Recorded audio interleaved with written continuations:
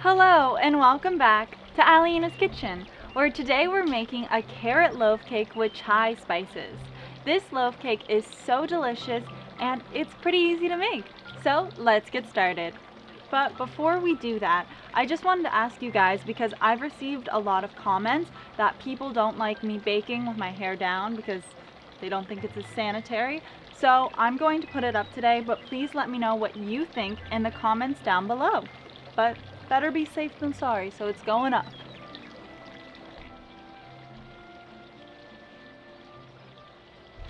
Okay, so now let's start baking. The first thing I'm going to work with is my dry ingredients, and I'm going to sift them all together because I personally love sifting because it gets out all of the clumps. So the first thing I have is 1 1/4 cups of cake flour, but I couldn't find cake flour in my store. So what you can easily do is take out 2 tablespoons of flour and add in 2 tablespoons of cornstarch, and just make sure you mix this all together really well. And then to that, I'm going to be adding in just all-purpose flour, and I have a 3/4 cup today, as well as my chai spice. I have 2 teaspoons of that, and you can find the recipe on how to make the chai spices down below. And then I also have 1/2 teaspoon of baking powder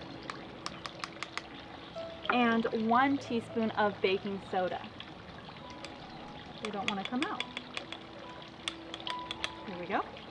And a 1/4 teaspoon of salt. So now I'm just going to sift all my ingredients together. And now we can just give it a stir, making sure everything is combined.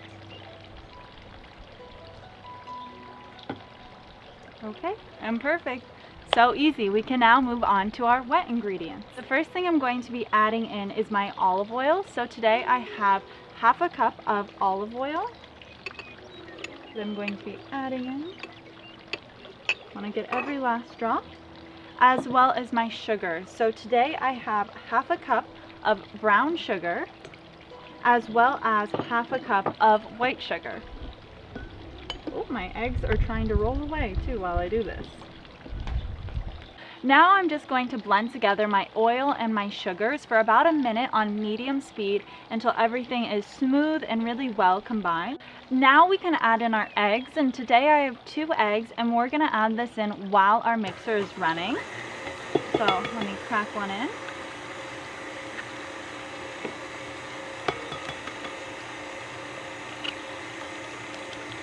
And just keep this running until they're fully combined.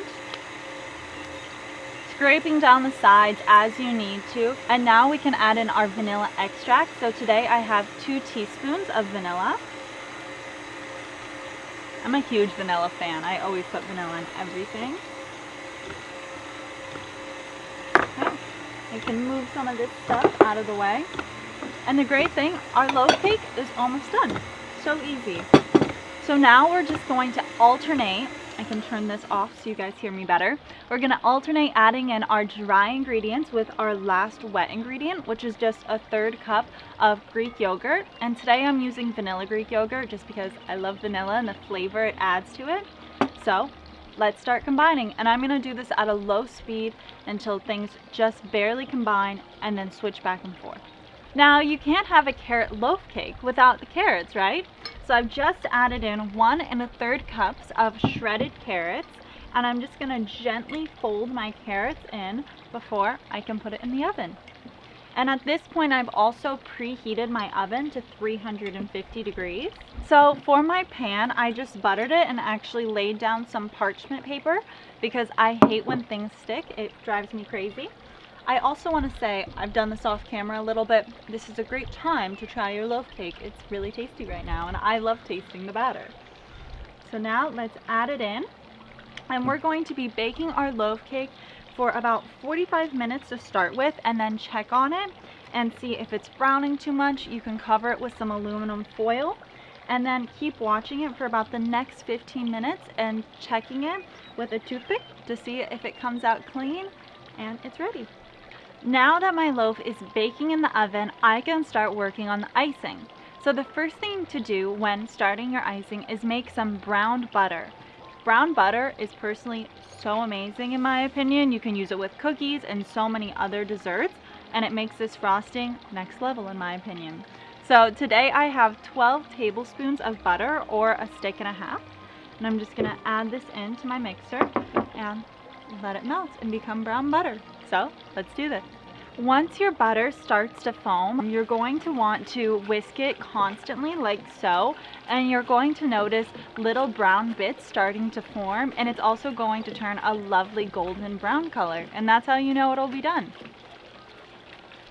Okay, so once you've skimmed the foam off of your brown butter, you can set your brown butter aside until it's cooled and become the consistency of room temperature butter.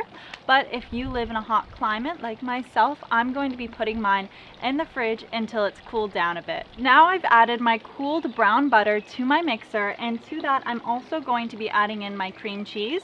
So today I have 1 stick, or 8 ounces of cream cheese. And we're going to blend this together at a medium speed for about 3 to 4 minutes until it's super creamy.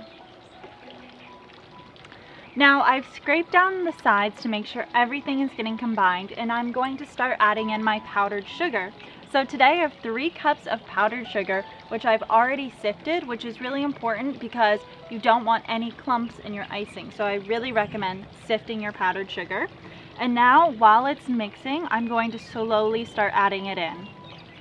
Now that I've added in all of my sugar, I can add in 1 teaspoon of vanilla extract and then give this a blend. Now my icing is done. I do want to mention, if you find that your icing is a bit too thick, you can always add in 2 to 3 tablespoons of any type of milk to it. But today I find that my icing is silky smooth and perfect and doesn't need anything. So I'm done. All I need now is my cake. So now our icing is done, our cake is cooled, and we have our candied walnuts. So let's put it all together. This looks so good, and it's the perfect cake for fall. Even though it still feels like summer out here to me. Okay, let's put on our walnuts.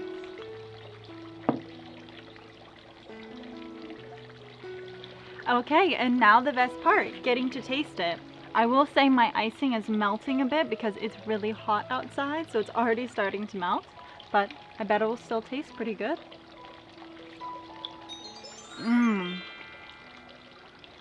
So good. The spices from the chai. I honestly think this is the perfect loaf cake for fall because it has the carrots, it's full of spices, and that icing on top with the brown butter, just a whole new level. It's so delicious. Wow, I just want some more. Okay, I'll do that off camera. You don't have to watch me eat all of it. And I just want to say a super special thank you to Olives in Thyme, who I got this recipe from, because it's absolutely delicious, and she also has a bunch of amazing recipes, so make sure to go check her out. I also want to let you know that I should have a playlist right here or over here of all of my loaf cakes, because I love loaf cakes, so we have a bunch of them. And I just want to say thank you guys so much for watching, and if you like this video, let me know in the comments down below, and don't forget to share it with a friend. Thank you guys. I'm gonna go off and eat all of this now, and I hope to see you next week.